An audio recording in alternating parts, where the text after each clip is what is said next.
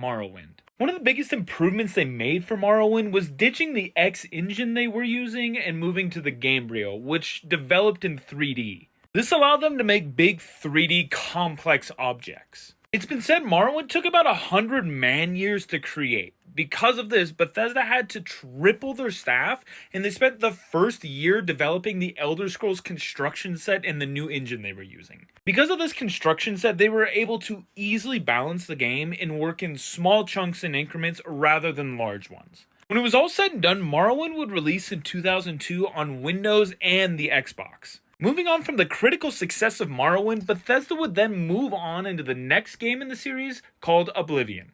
Oblivion's development was to have a big focus on updating and improving the characters, the storylines, the graphics, and the AI. And because of a new procedural generation tool that Bethesda had for them, it was able to make more complex terrains that we see in Oblivion. Oblivion would have a 4-year development cycle, eventually releasing in 2006. Alongside this, they would release their first 2 DLCs, Knights of the Nine and the Shivering Isles, within a year after the release. Now, as a quick fun fact, Oblivion would have one of the first microtransactions ever seen in the West, and it was the horse armor sold for $2.50. Now, at this point, the Elder Scrolls series has blown up in popularity. Everyone had been screaming about when the next Elder Scrolls game would come out, and it wouldn't be till 2010 when Todd Howard would tell people that a new Elder Scrolls project was in the works. It was about a year later, after the announcement of Skyrim, that Skyrim actually released. Skyrim was so popular that it ended up winning Spike's Game of the Year for 2011, as well as going on to be developed